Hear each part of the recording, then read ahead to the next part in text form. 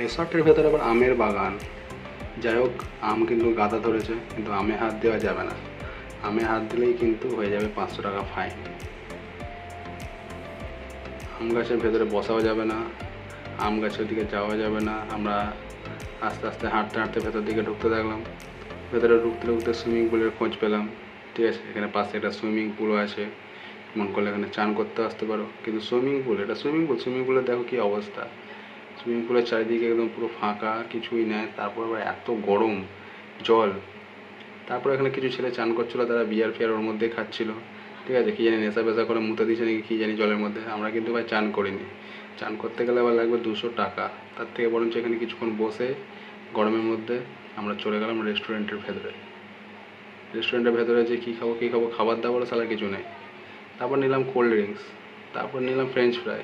French fry দিতেই পুরো শেষ, 3 জনা ছিলাম। চলো বাই।